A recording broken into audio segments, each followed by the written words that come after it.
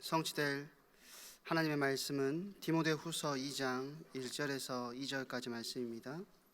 디모데후서 2장 1절에서 2절까지 말씀을 제가 봉독해 드리도록 하겠습니다. 내 아들아, 그러므로 너는 그리스도 예수 안에 있는 은혜 가운데서 강하고 또 내가 많은 증인 앞에서 내게 들은 바를 충성된 사람들에게 부탁하라. 그들이 또 다른 사람들을 가르칠 수 있으리라. 아멘.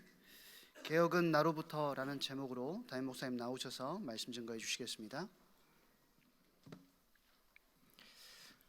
우리 옆에 있는 분들 또 축복하시면서 함께 믿음 고백하십시다. 오늘 또 하나님께서 당신을 위해 새 은혜와 복을 예비하셨습니다.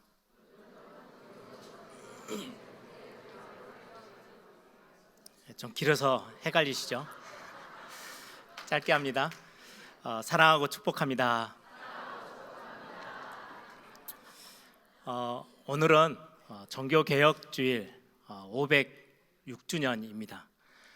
1517년 10월 31일 말틴 루터가 종교개혁을 위한 어떤 불씨를 당기면서 시작되어졌죠. 그래서 그게 이제 506년이 지난 10월 마지막 주 주일을 항상 이제 10월 31일이 가까이 있기 때문에 종교개혁주일이라고 합니다. 그래서 오늘은 사무엘서에 쭉 말씀 따라 이렇게 같이 함께 말씀을 나누던 걸 잠깐 멈추고 오늘은 주제 설교를 같이 함께 하려고 합니다.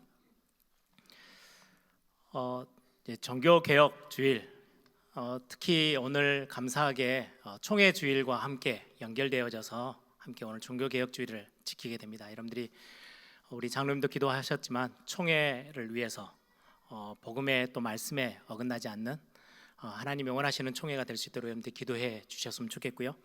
또 하나는 작년 딱 이맘때죠. 할로윈데이 이렇게 해가지고 이태원에서 많은 사람들이 죽게 됐던 참사가 일어났었죠. 우리 교회가 우리 현장들을 돌아보는 게 당연히 교회의 사명이기도 합니다. 그래서 여러분들이 흑암 문화든 세상 문화든 상관없이 우리가 또 붙잡고 기도하고 마음에 담아야 될 현장이기에 여러분들이 오늘 또 중요한 종교개혁 주일에 우리 교회가 바르게 눈을 뜨고 또 나라와 국가와 또 지도자들과 또 시대를 놓고 여러분들이 함께 기도할 수 있는 시간이 되기를 소망합니다. 종교개혁이 일어나서 진행되어지는데요. 여러분들 종교개혁 이렇게 하면 개혁교회 하면 중세교회와 굉장히 동떨어져 있는 것처럼 생각하시는 분들이 있는데 그렇지는 않습니다. 예수님이 부활하시고 나서 마가다락방에서 시작됐던 초대교회라고도 하죠. 그 교회가 지금 2000년이 흘러 지나가면서도 여전히 그 교회의 모습을 그대로 가지고 갑니다. 가는 중에 313년쯤 되죠. 로마가 굉장히 그 전에는 초대교회를 엄청 핍박했어요. 그래서 숨어서 신앙의 근본을 놓치지 않으려고 지키려고 많이 무단히 애를 쓰고 도망다니면서도 많은 순교자를 내면서까지도 교회의 핵심을 본질을 놓치지 않으려고 애를 썼던 초대교회, 그 교회가 그대로 가던 중에 하나님이 참 많은 은혜를 주셨죠. 그래서 그렇게 핍박하던 로마가 교회 앞에 무릎을 꿇습니다. 그래서 로마라는 그 강대국이 우리나라는 기독교, 교회가 우리의 종교야 라고 해서 기독교를 국교화합니다. 그때부터 이제 조금씩 교회에 힘이 실리기 시작해요. 예전에는 도망 다니고 숨어 지냈던 교회였는데 똑같은 교회의 모습이에요. 그런데 이제 교회에서 예배하는데 여기에 황제가 와서 예배해요. 그리고는 황제의 가족들이 오고 또 그 정도가 아니에요. 많은 정치인들, 굉장한 힘 있는 권력가들이 교회 안으로 들어와요. 그럼 교회가 어떻게 되겠어요? 굉장히 이제 힘이 막강해지는 시기가 찾아온 거죠. 우리 교회 그냥 이렇게 예배하던 교회가 갑자기 어느 날 매주 대통령이 교인이 돼가지고 예배 참석하고 국회의원들이 막 수십 명이 앉아있다? 다른 옆에 있는 교회들이 어떻게 생각하겠어요? 다른 종교들이 함부로 하지 못하겠죠. 딱 그런 느낌이에요. 그냥 초대교회가 흘러가고 있는데 굉장히 시기적으로 교회가 굉장히 권력이 굉장히 세졌어요. 그때부터 시작해서 조금씩 말씀에서 벗어나고 교회 자체의 힘을 유지하기 위해서 성경 아닌 다른 것들을 조금씩 끄집어내다 보니까 그 모습에 좀 이상한 그림을 가지고 가고 다른 길로 막 치닫고 있는 그 교회를 보고 중세교회라고 하는 거지, 초대교회하고 중세교회가 동떨어져 있는 게 아니에요. 초대교회가 그냥 가다가 갑자기 변질이 조금씩 되기 시작해서 심각한 변질까지 오게 된 거예요. 그래서 이 교회를 이대로 두면 안 되겠다라고 해서 개혁하자라고 해서 거기에서 그 교회 정말 올바른 교회로 가자라고 몇몇 교회들이 돌아섰어요. 그걸 보고 종교개혁이라고 하고 우리를 개혁교회라고 합니다. 그래서 초대교회에서부터 지금까지 이 교회는 그대로 계속해서 유지되어지고 있어요. 그런데 이제 많은 부분, 성경에서 너무 많이 어긋나 있는 부분들을 변화시키고 바꾸자, 성경으로 돌아가자, 초대교회로 돌아가자, 이렇게 해서 시작된 게 종교개혁입니다. 그런 어떤 부분들, 그래서 교회가 중세교회는 영 다른 교회고 지금의 우리 교회는 완전히 또 다른 교회, 그런 개념이 아니고 우리 교회도 어느 날 성경과 멀어지기 시작하면 중세교회 모습처럼 교회들이 타락하는 길로 가요.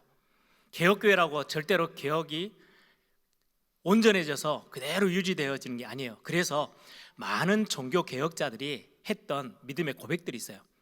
개혁되었던 교회, 중세 그 잘못됐던 많은 흐름을 타지 않겠다, 우리는 성경으로 돌아가겠다라고 해서 개혁을 했잖아요. 개혁된 교회는 계속 항상 또 개혁되어야 한다라고 슬로건을 걸었어요. 굉장히 의미 있는 고백이죠.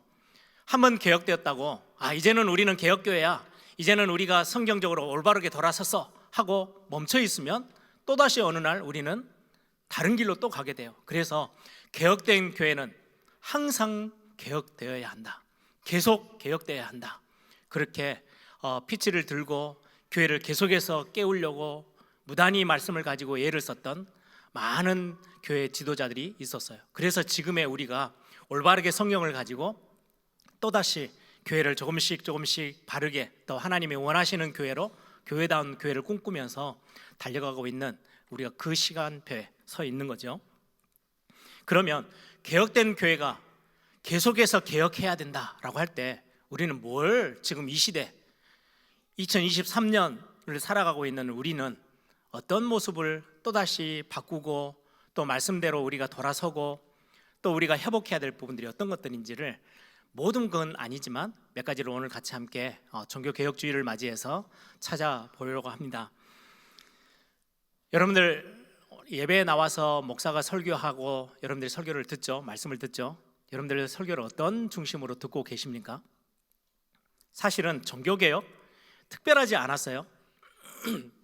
1517년 10월 31일 날 이제 마르틴 루터가 교회가 이렇게 가면 안 되겠다, 그래서 우리가 교회를 진짜로 성경대로 좀 회복하기 위해서 개혁해야 될 논제 95개 조항을 비텐베르그 교회, 그때는 이제 우리는 이제 중세교회를 이제 성당이라고 부르기도 하지만 같은 교회예요. 교회의 문 앞에다가 95개 되어지는 논제, 같이 논해야 될 부분을 붙였어요. 그게 이제 종교개혁의 불씨가 되어져서 개혁교회까지 오게 되어졌죠. 그 95개 조항을 뜯어서 이렇게 딱 읽어보면 중심되는 딱 하나의 주제가 하나 있어요. 굉장히 중요한, 그 시대 때 마르틴 루터가 가장 비성경적이라고 생각했던 부분이 어떤 거냐니까 면죄부예요.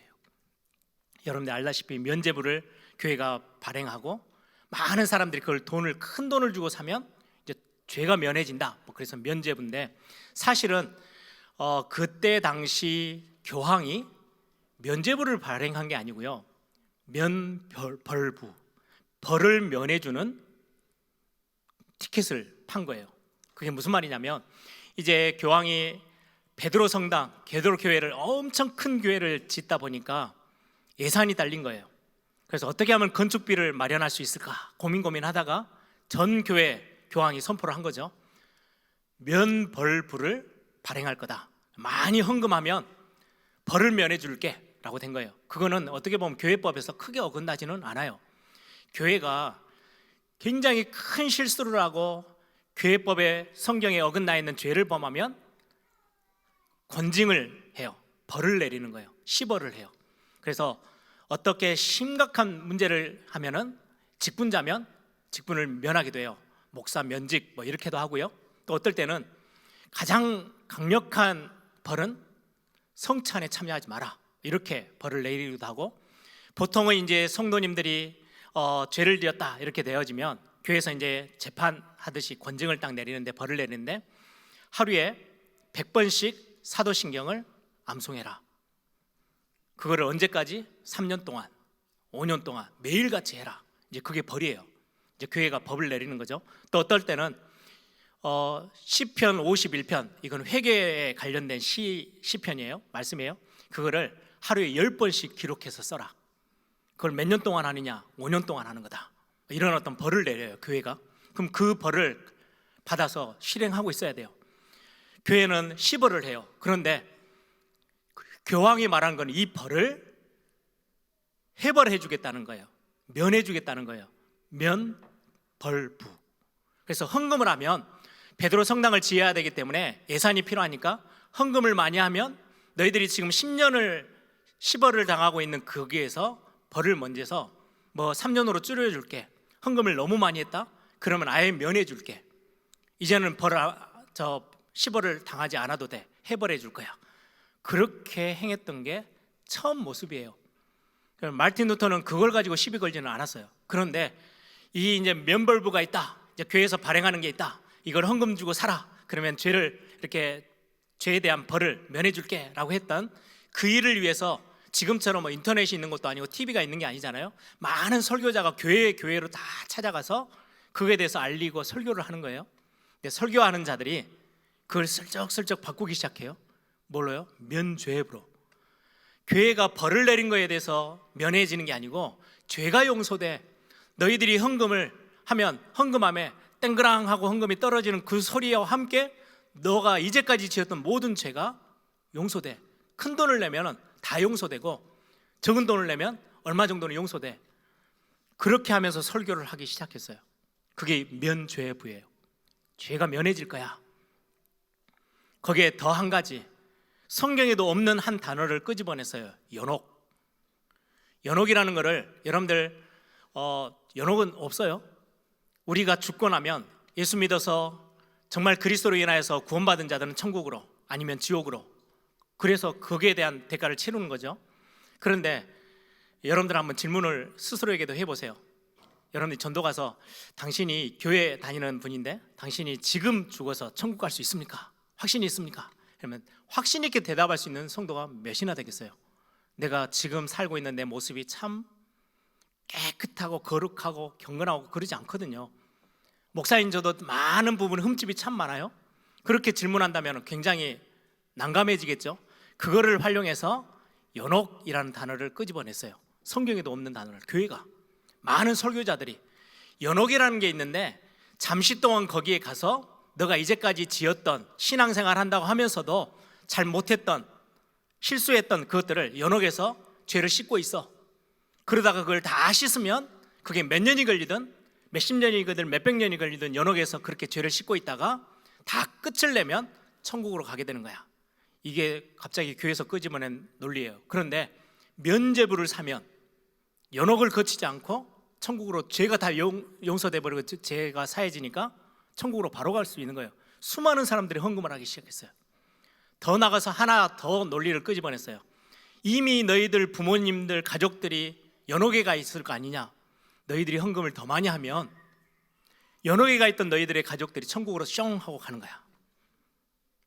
이 설교를 모든 교회에 가서 많은 설교자들이 막 하기 시작했어요. 교회 전반에 그게 당연하다듯이 깔려서 수많은 사람들이 면죄부를 살려고 줄을 서요. 이걸 마르틴 루터가 본 거예요. 이건 아니지 않냐, 성경에 그렇게 말하고 있지 않냐, 이거에 대해서 진짜로 우리가 바꾸자, 성경대로 바꾸자라고 해서 오직 믿음으로 말미암아 우리는 그리스도로 인하여서 죄가 용서되어지는 거지 면죄부를 산다고 용서되는 게 아니지 않냐. 그래서 이거 가지고 교회를 개혁하기 위해서 이 부분은 논해보자 라고 해서 비텐베르그 성당의 문에다가 95개 조항을 건 거예요. 저는 오늘 그 이야기를 하려고 하는 게 아니고요, 우리가 뭘 개혁해야 해요? 말씀 중심으로 바꿔야 돼요. 여러분, 설교를 어떻게 들어요? 그때 당시 모든 성도들은요, 교회 지도자들의 설교를 듣고요, 아, 연옥이 있구나, 면죄부를 사면은 죄가 용서되는 거구나. 성경은 몰라요. 읽을 수도 없어요. 너무 어려운 언어예요. 그러니까 설교 듣고 그냥 아멘 하고 그걸 붙잡고 신앙생활을 하는 거예요. 그게 틀린지 맞는지도 확인도 할 수 없어. 그냥 설교자가 하는 설교는 무조건 맞아. 그럼 그 오류가 중세교회만 있나요? 지금의 우리 개혁교회 안에는 없나요? 저는 참 많은 교회가 개혁해야 될 첫 번째가요, 말씀 중심으로 돌아가는 거예요. 여러분들 목사의 설교가 무조건 맞습니다. 아멘, 할렐루야. 여러분 큰일 나요. 우리에게는 성경, 여러분들이 읽을 수 있는 성경이 여러분들 앞에 놓여져 있어요. 얼마나 감사한 일이에요. 마틴 루터가 가장 큰 종교개혁의 일을 했던 가장 큰 사역은요, 성경을 그들의 언어로, 독일어로 읽을 수 있는 성경으로 번역을 한 거예요. 그때부터 성경을 읽어보니까 이제까지 교회 지도자들이 설교했던 설교가 틀리는 거네요. 그래서 교회가요, 개혁으로 완전히 물꼬를 틀었던 시간표가 그 종교개혁의 시작이었어요. 여러분들 성경을 읽고 성경을 확인하고 여러분들이 설교만 듣고 아멘 할렐루야 따라가는 게요, 그거는 굉장히 오류가 클 수 있는 신앙생활이에요. 개혁교회는 여러분들은 설교를 들어요. 우리가 주일날 와서 목사님의 설교를 듣고 많은 것들을 확인해요. 신앙생활에 대한 점검도 해요. 그런데 더 중요한 거는 무엇과 함께 해야 되냐? 여러분들이 성경을 읽고 성경을 묵상하고 성경에 대해서 훈련해서 그거와 함께 설교를 같이 함께 연결시켜 가는 거예요. 그래야 목사님들이 설교하는 거에 맹목적으로 따라가질 않아요. 성경을 확인하고 맞구나. 그러면 여러분들의 삶들이요, 말씀으로 확 바꾸는 거예요. 지금의 개혁교회, 개혁되어 있는 교회 안에서도 신앙생활을 어떻게 하고 있느냐? 목사 설교만 듣고 따라가요. 성경에는 어떻게 됐는지 확인한 내 신앙생활에 근본이 전혀 없어요. 목사님이 설교했으니까, 목사가 말했으니까 맞겠지. 아니요. 얼마나 이상하게 설교하는 교회들도 이 땅 가운데 얼마나 많은데요. 그게 중세교회의 가장 큰 실수였어요. 연옥이 있다라고 소리치니까요, 성경에 연옥이 있는지 없는지 확인할 길이 없잖아요. 성경을 안 읽는데, 못 읽는데. 그래서 그런 어떤 심각한 교회가 병들어가고 중세교회처럼 타락의 길을 걸어갈 수밖에 없었어요. 여러분들, 그래서 개혁주의 교회, 개혁교회 핵심이 뭐예요? 5가지 오직이에요. 첫 번째가요, 오직 성경.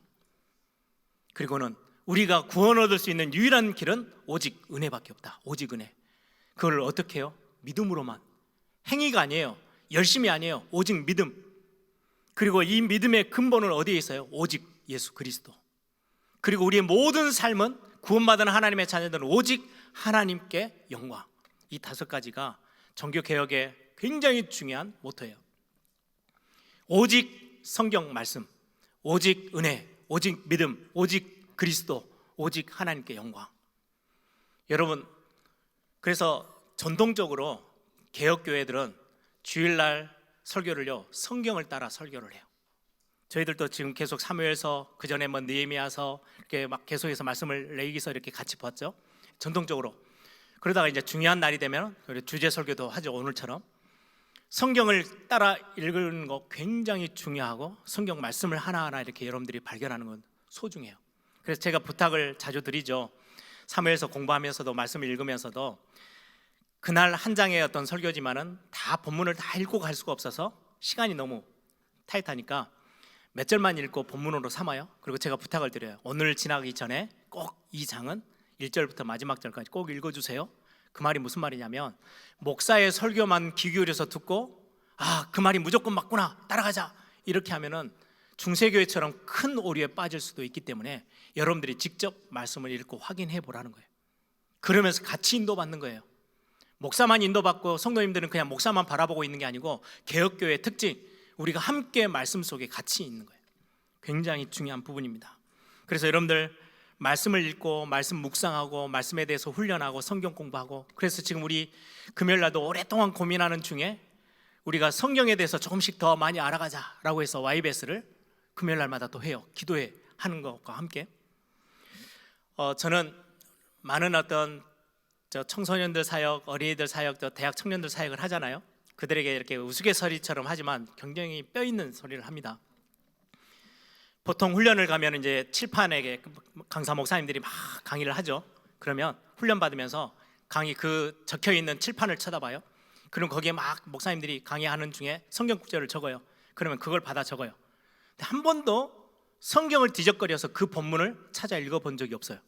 그냥 목사님이 그렇다니까, 그게 목사가 완전하지 못하니까 성경 본문을 잘못 적을 때도 있어요. 근데 노트에다 그대로 적어요. 왜? 안 읽어보니까 수정도 안 하는 거예요. 그냥 판서에 적힌 게 옳은 거예요. 그리고 그걸로 끝이에요.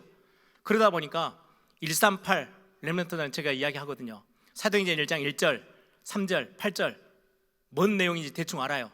그런데 그 다음 구절들은 읽어본 적이 없어가지고 뭔 내용이 있는지를 성경을 본 적이 없으니까, 우리 개혁교회 안에서 그렇게 간다면 어떻게 되겠어요? 개혁해야 해요. 그래서 개혁된 교회는 계속해서 또다시 개혁해 가야 해요. 놓치는 부분이 있으면 다시 찾아내고요. 그래서 말씀 중심으로 가는 거, 우리가 그냥 설교로만 끝내는 게 아니고 여러분들이 시간을 정해놓고 일부러라도 성경을 읽고, 그래서 우리가 1년, 작년에는 우리가 팬데믹 동안에 같이 함께하는 프로그램을 잡았지만 올해는 한번 일부러 제가 이렇게 그대로 1년 성경 읽어봅시다 라고 해놓고는 지금 기다리고 보고 있거든요. 우리가 같이 어떻게 가는지. 여러분들 성경을 읽고 성경을 같이 함께 기록해 보기도 하고, 그걸 가지고 내가 잘 모르는 걸 또 설교 들으면서 또 같이 발견해 가기도 하고 굉장히 중요해요.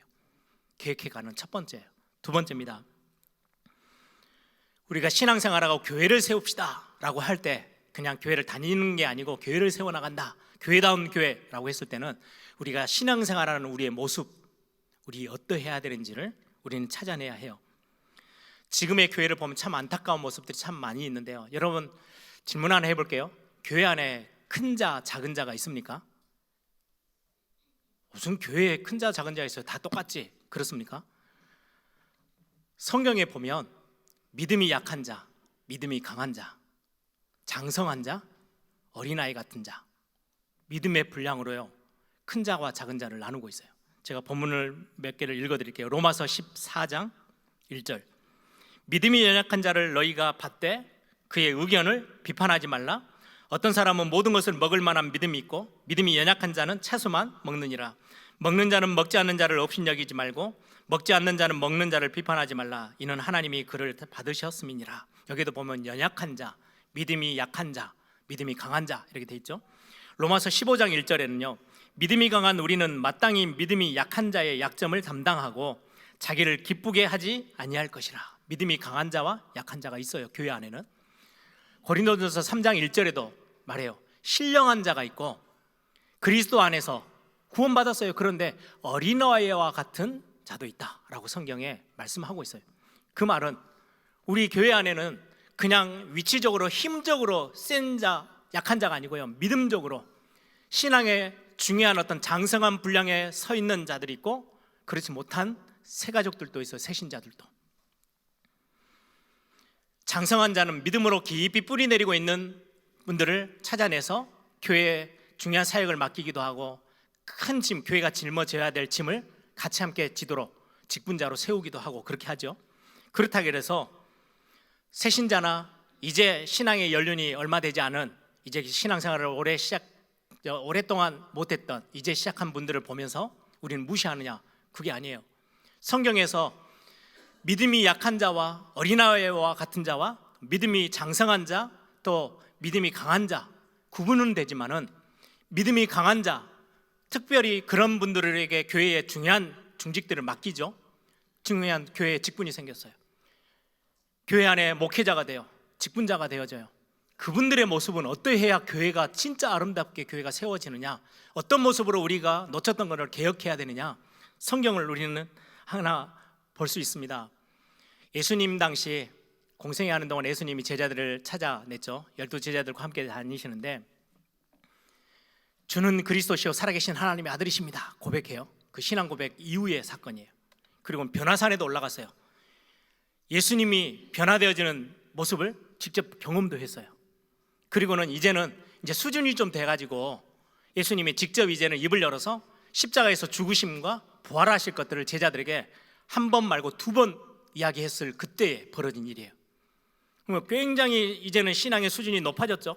그런데 그 제자들 사이에 무슨 일이 있었냐? 네가 크냐 내가 크냐 싸움이 벌어진 거예요. 그때가 언제냐니까요. 예수님이 이제 마지막 십자가 지식이 얼마 남지 않고 예루살렘으로 올라가시는 거예요. 이제 십자가 지시기 위해서. 예루살렘으로 예수님이 이제 공생의 3년을 마무리 짓기 위해서 올라가시는데 그 모습이 야, 이제 됐다. 이제 로마라는 저 강대국이 우리를 너무 많이 악눌렀는데 예수님이 이제 예루살렘에 올라가서 왕권을 딱 쥐고 그 악한 나라들을 다 물리치고 다윗 왕국의 새로운 건설을 예수님이 하실 것 같다. 그러면 그 옆에 누가 설 거냐? 중차지한 자리에 너가 설래 내가 설래 지금 그 싸움을 하는 거예요. 네가 크냐 내가 크냐. 예수님이 이제 왕이 딱 되어지면 그들이 생각하는 건 이스라엘의 왕권, 육신적으로 생각한 거죠. 내가 큰 자야. 내가 더 예수님을 더 따라다녔잖아요. 나는 수제자야. 제가 볼 때는 베드로가 굉장히 목소리를 높였을 것 같은데요. 그렇게 했어요. 그 정도가 아니에요. 갑자기 치맛바람이 불어요. 야고보와 요한의 어머니가 예수님을 찾아옵니다. 예수님, 예루살렘에 올라가시면 하나님의 나라가 다 이제 시작되어지면 내 두 아들 야고보와 요한을 하나는 오른쪽에, 당신의 오른쪽에, 하나는 왼쪽에 두셔 주십시오. 그랬더니 나머지 10 제자들이 그냥 있겠습니까? 어떻게 너희들은 소리도 안 내고 어머니 찬스를 사용해 가지고 예수님한테 이거를 자리를 부탁하느냐? 막 싸움이 일어났어요. 그게 언제예요? 막 예수님이 제자로 부르셨을 때가 아니에요. 신앙 고백도 하고 변화산도 보고 예수님의 십자가와 부활의 사건들도 다 듣고 엄청나게 성숙되어 있는 그 시간표에 큰 자냐 작은 자냐 싸움을 하고 있어요. 그때 예수님이 하신 행동이에요.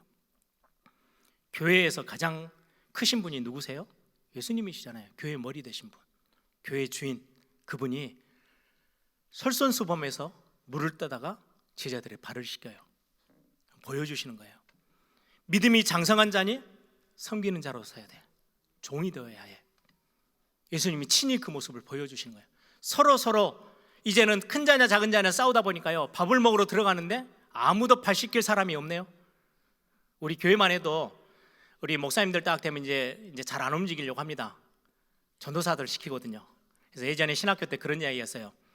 뭐 소아과는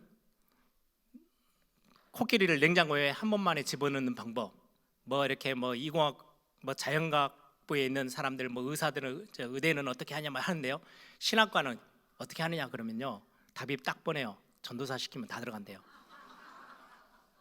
왜 이제는 내가 목사 되는데 왜 일을 해? 잡일은 안 해. 전도사들 시키는 거지. 이래 되는 거예요. 그게 이제 우스갯소리지만은 그거를 예수님이 깨트려 버렸어요. 가장 큰 자신 예수님이 물을 들고 가서요, 제자들의 발을 씻겨요. 이게 교회 안에서 큰 자들의 모습이어야 해. 교회가 끊임없이 갱신하고 끊임없이 개혁해 가야 될 우리의 모습으로 예수님이 직접 보여주신 모습이죠.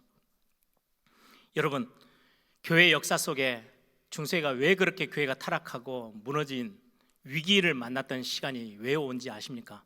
교황을 비롯해서 많은 교회 지도자들, 뭐 추기경, 감독, 많은 직분자들이요, 세상처럼 회사의 CEO, 회사의 큰 기업의 임원들처럼 군림하는 자리에 서다 보니까 교회가 휘청휘청하기 시작했어요. 교회에 위기가 찾아왔어요. 내 말은 무조건 따라야 돼 라고 하면서 군림하는 자리에 서니까 섬기는 자리가 아니고 예수님처럼 낮아지는 자리로 오지 않고 높은 자리에 올라서려고 하니까요, 서로 싸우고 교회 안에는 어마어마한 갈등과 교회의 위기가 시작됐던 때예요. 그게 교회의 위기를 찾아냈거든요. 우리는 많은 생각을 해야 돼요. 교회 지도자와 직분자들이 세상의 생각, 세속적인 생각에 물들어 버리면 교회는 개혁되지 않고 또다시 옛날의 모습으로, 틀린 모습으로 또 돌아서게 돼요. 그래서 교회 안에 어마어마한 많은 문제들이 지금도 개혁교회라고 부르짖는 우리 앞에 많은 세상 사람들이 손가락질하고 비웃는 거예요. 이 모습이 안 바뀌니까. 1980년대쯤이 우리 한국교회 굉장히 부흥기였죠. 막 교회들이 막 부흥되어지고요, 거의 우리나라 인구의 4분의 1이 거의 뭐 크리스찬이다 라고 말할 만큼 어마어마한 세력으로 교회가 커지고요, 밖에서 정치인들도 교회를 함부로 다루지 못할 만큼 힘있게 부흥되어졌을 때가 있었어요. 그때 회자되었던 교회 안에 이렇게 막 서로 돌았던 예화가 하나 있어요. 저도 어렸을 때 들은 기억이 있거든요. 한 성도가 열심히 신앙생활을 했어요. 교회를 열심히 다니고 믿음 생활하고 바르게 말씀 읽으면서 그렇게 신앙생활 하다가 이제 하나님이 부르시는 날 천국을 가게 됐어요. 예수님 앞에 딱 섰어요. 이제 천국에 오니까 예수님이 손을 들어서 누구누구 성도 왔네? 어서 와. 그리고는 이제 자리를 잡고 있는데 얼마 정도 시간이 지났는데요, 장로님 한 분이 천국에 왔네요. 그때 예수님이 갑자기 자리에 앉아 계시다가 벌떡 일어났어요. 누구누구 장로 왔네. 너무 반갑게 맞이하시는 거예요. 그래서 성도가 좀 이제 시험이 들려고 그래요. 아니, 나는 성도라고 평신도라고 나를 안 챙기시더니 아니 장로님이 오니까 예수님이 벌떡 일어나시네. 근데 얼마 지나서 목사가 이제 천국에 딱 올라오니까 갑자기 예수님이 벌떡 일어나더니 뛰어가가지고 끌어안아주면서 누구누구 목사 왔네. 이제 성도가 완전히 삐진 거죠. 시험 들어가지고 예수님은 찾아간 거예요. 아니 예수님, 이럴 수가 있습니까? 목사님은 이 땅에 있을 때 교회에서도 대접받고 챙김받고 얼마나 많은 성도들이 막 사랑 주면서 이렇게 하는데 천국에서까지 예수님까지 목사라고 그렇게 해주십니까? 끌어안아주고 뛰어가서. 그때 예수님이 하시는 말씀이에요. 그게 아니고 너가 오해한 것 같은데, 너 같은 많은 믿음의 신실한 성도님들은 많이들 천국에 어마어마한 많은 숫자가 온다. 우리는 그냥 나는 서리 집사고 물 집사야. 아니야. 그런 성도들이 정말 많이 천국에 와. 근데 장로는 이따금씩 한 번씩 오거든. 그래서 내가 너무 반가워서 벌떡 일어난 거야. 목사님은 거의 안 오던 목사가 천국에 갑자기 나타나니까 내가 너무 반가워가지고 뛰어가서 안아준 거야. 그게 옛날 80년대 때 교회에 돌던 예화예요. 어떻게 보면 굉장히 풍자스러우면서도 굉장히 찌르는 이야기가 있는 거죠. 여러분, 먼저 믿은 자, 믿음이 강한 자, 굉장히 신실하고 장성한 자, 어떤 자리에 서야 돼요? 누리면서 군림하는 자리에 서면은 그때 그 이야기가 그건 거예요. 천국 못 가. 그거 가지고 천국 가는 거 아니야? 라는 풍자로 교회 안에 많은 이야기거리가 됐던 그때가 있었어요. 여러분, 예수님은 섬기는 자로 섰어요. 우리는 훈련을 많이 받은 분들이 예전에 그런 이야기를 많이 했죠. 복음도 못 깨달았으면서 무슨 얼마나 위험한 이야기인지요.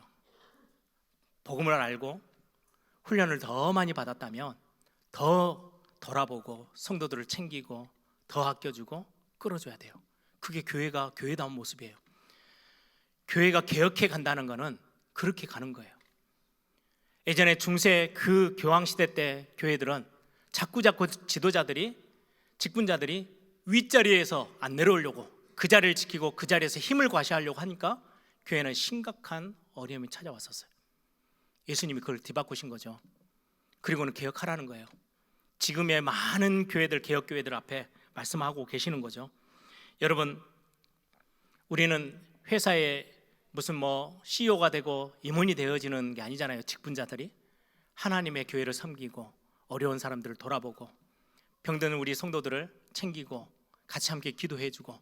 저는 예전에 그런 모습들을 기억해요. 우리 성도님들이 연세 많이 드신 분들이 교회는 아주 조금 했는데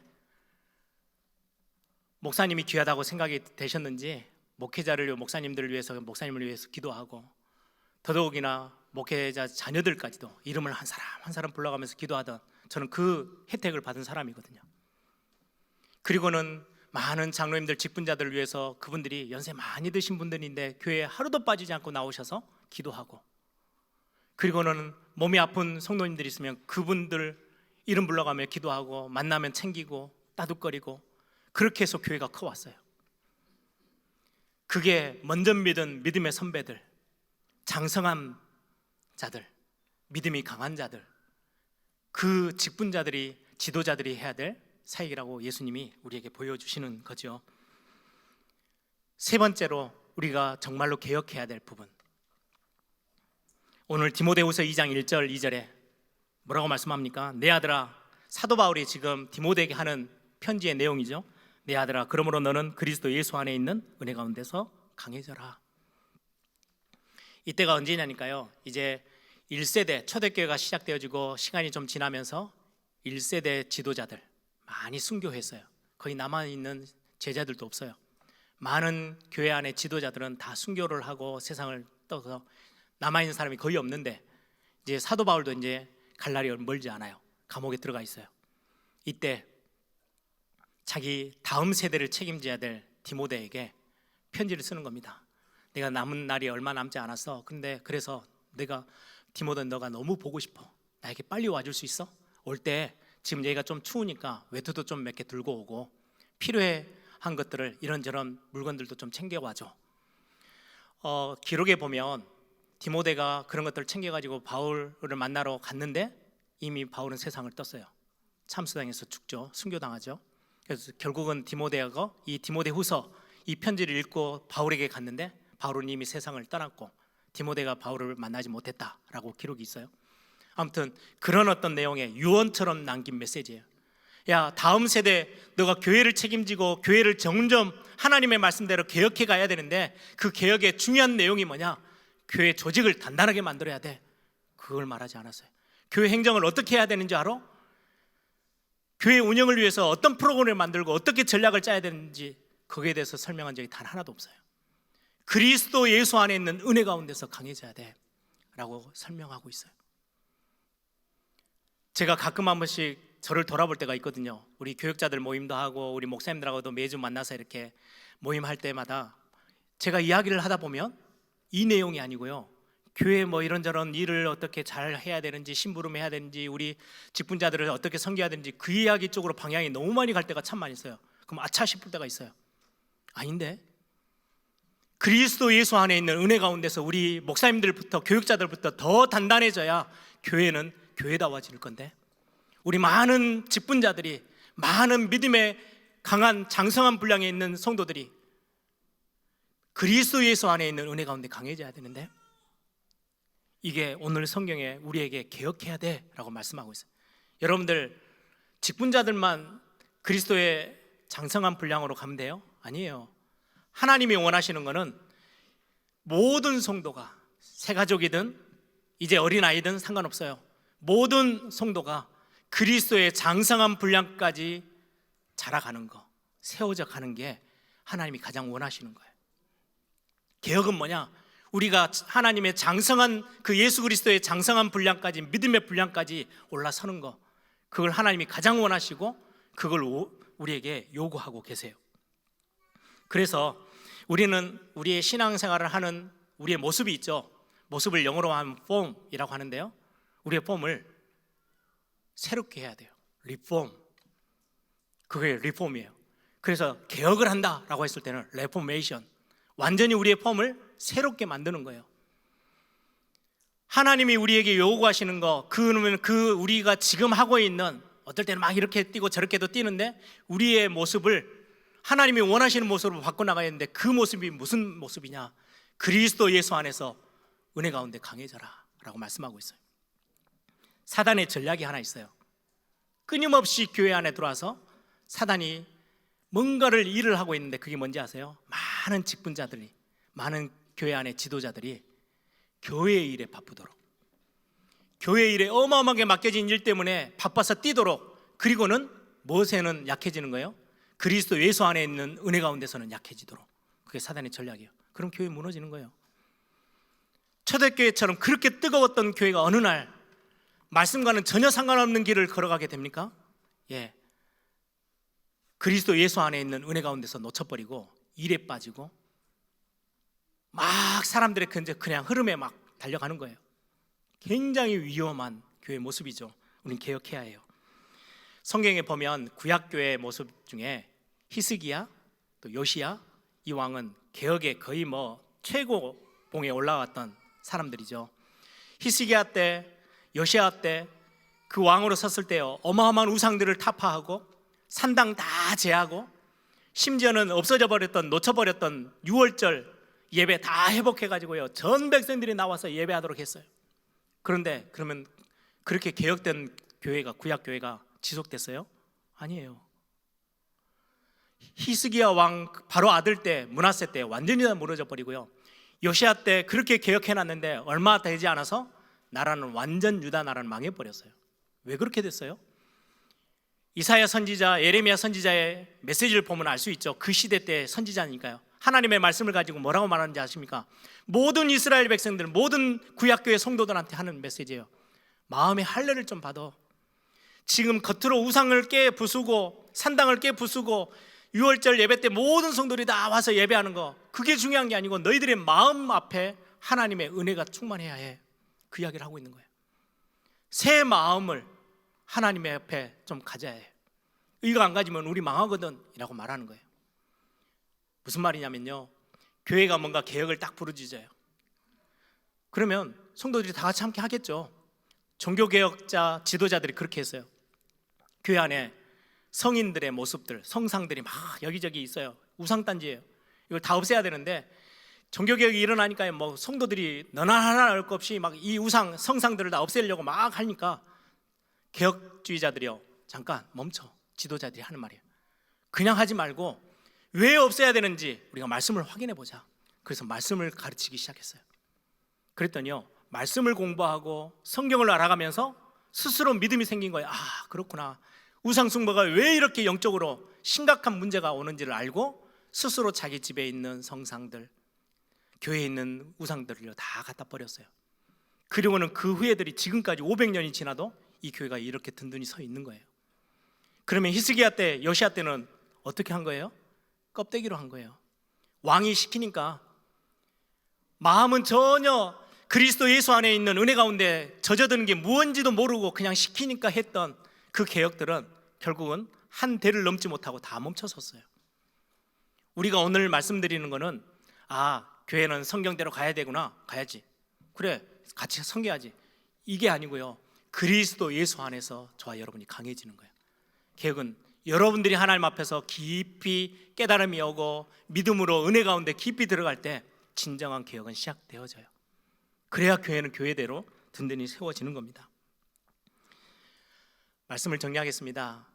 개혁은 나로부터 라고 제목을 정했는데요, 여러분, 큰 대기업 임원이 되는 게 정말 그렇게 된다면 기분 좋겠죠. 그거와 교회 직분자로 세워지는 거, 어떤 게 더 영광스러운 일인가요? 저 같아도 대기업 임원이 되면 살기 너무 편해지잖아요. 참 좋을 일일 것 같은데 그게 나쁘다는 게 전혀 아니에요. 하나님 나라에서는 예수님이 보실 때는 대기업의 임원 쳐다보지도 않으세요. 교회에서 작은 교회라도 교회를 세우는 직분자로 서서 기도하고 성도들을 돌아보고 말씀 중심으로 교회를 든든히 세우려고 애를 쓰는 그 직분자들, 그 성도들을 하나님이 가장 귀하게 여기시는 거예요. 우리 교회가 회복해야 될, 우리 교회가 개혁해 가야 될 모습이 오늘 우리에게 굉장히 중요한 기준점으로 우리에게 말씀을 주고 계시죠. 오늘 우리가 하나님 앞에 다시금 우리의 것들을 점검해 가고 설 수 있는 그런 시간이 되길 바랍니다. 저는 오늘 말씀을 이렇게 쭉 정리하면서 지난주에 저희 친구 목사님들 이렇게 같이 신학 공부했던 목회자들 같이 만났거든요. 목회자들 만나니까 성도님 평신도들이 없다 보니까 이런저런 이야기를 참 많이 나눴는데 그 나누는 중에 교회에 대한 뭐 이런저런 많은 안 좋은 이야기들도 서로 막 하고, 어떤 목사님은 이렇더라 저렇더라 막 이야기하는데 거의 대부분 보니까요, 어떤 목회자 밑에서 배웠고 어떤 교회에서 배웠느냐가 그 목회자의 전체적인 큰 그림이 형성돼 버리더라고요. 제가 돌아보면서 얼마나 감사했는지. 저는 뭐 별 할 말이 없어서 입을 다물고 있었지만, 내가 원로 목사님을 통해서 어떻게 성도를, 교회를 섬기는 게 어떤 건지를 본 게 정말 감사한 일이구나. 내가 그걸 전혀 따라하지도 못하고 능력이 안 돼서 머뭇거리고 있는 게 참 많지만 뭐가 옳은지는 알고 보고 자랐으니까. 여러분들, 우리 에일교회가 하나님이 얼마나 감사한 교회로 세워주셨는지요.